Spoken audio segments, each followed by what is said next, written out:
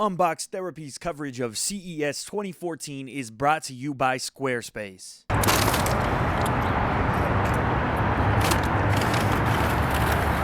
So I got some fries, and I got a cheeseburger.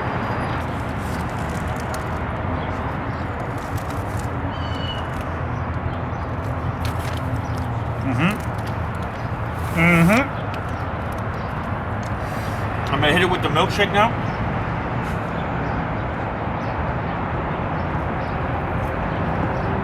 Yes, sir. That's what you need to do when you take a brand new unreleased car out for a test drive.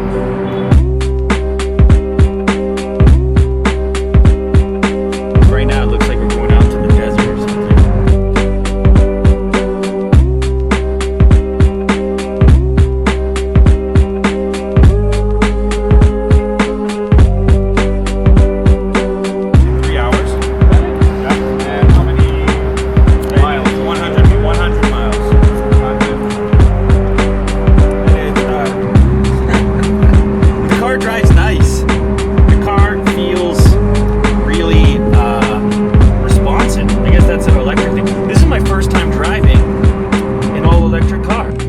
Couple of displays up here. This one is dedicated to how much range you have remaining. You can see it says 41 miles there. The car can do between 80 and 100 miles depending on conditions, whether or not you're using air conditioning and stuff like that. It can recharge then in 3 hours. So a fairly quick recharge, I believe on 240 volts in cooperation with ChargePoint. So if you have a charging station on the ChargePoint network near you, you can obviously use that to recharge as well. The information system here is controlled down here rather than be touch, which kind of makes sense because this is where your hand naturally is, in this location, and this is a bit of a reach.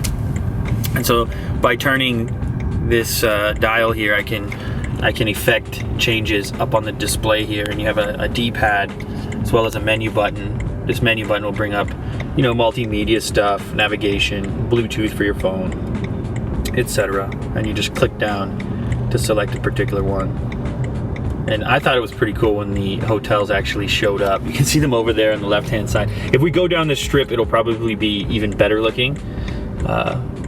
Just waiting for the world's longest light.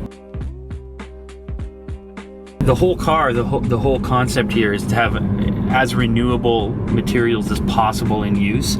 So the wood up here in the front, he said that was eucalyptus wood, right? Yep. And it's an open pore wood, so it doesn't need a lot of chemicals or finishes on top of it. Same thing on the doors. This material over here was made out of recycled plastic bottles. There's a lot of tech inside of here. We were told that there's going to be an option for a park assist, which is kind of on another level, at least for what I've heard of. A park assist feature where if you're in an urban environment, it'll actually scope out would-be parking spots on the sides of the road. If it sees one that is sufficient in size for this car to fit, it'll notify you, at which point you can either select left or right and enable the auto park or park assist feature so that it can park itself into that spot. But that's kind of a next level as far as I have heard, the part of it where it's going to be able to identify the spot prior to you needing to see it or pick it or whatever, which is part of the battle when you're trying to drive through an urban environment, is seeing where those spots even exist.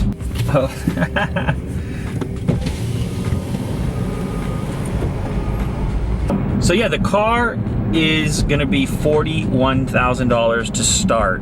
And then of course, if you trick it out with everything you can add, it'll go up from there.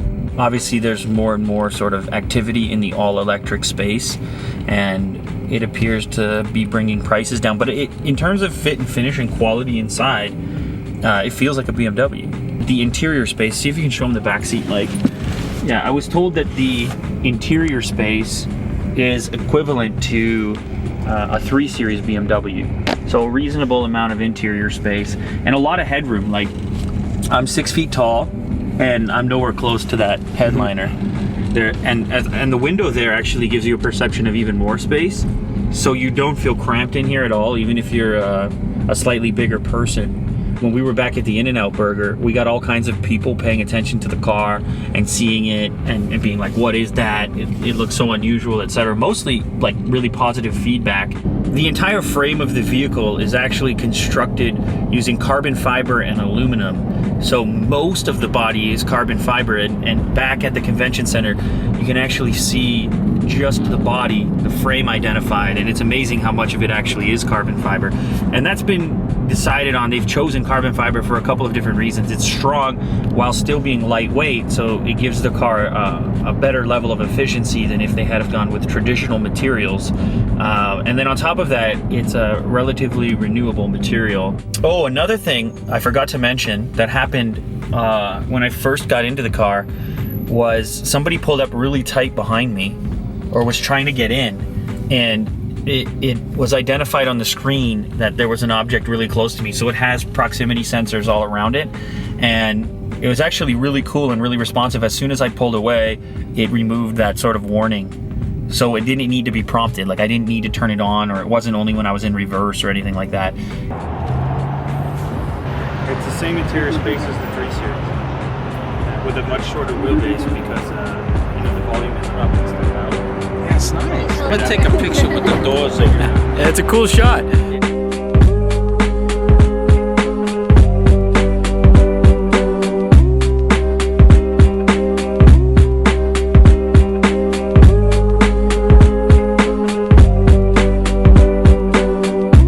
This car is silent. Does anybody else realize how silent this is right now? Silence.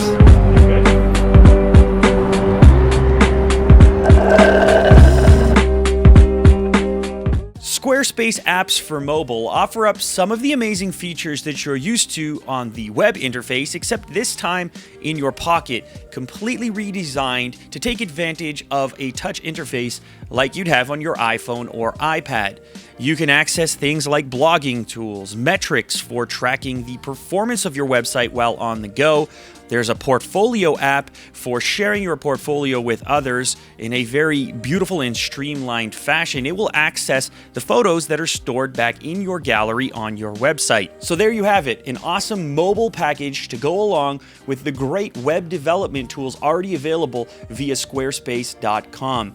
As I said before, I am personally a user of the service and a huge fan. I'm very happy to have Squarespace on board as our official sponsor for CES 2014. You can try the service for free. I'll put all the information you need down in the description. All right, guys, I'll catch you on the next video. Later.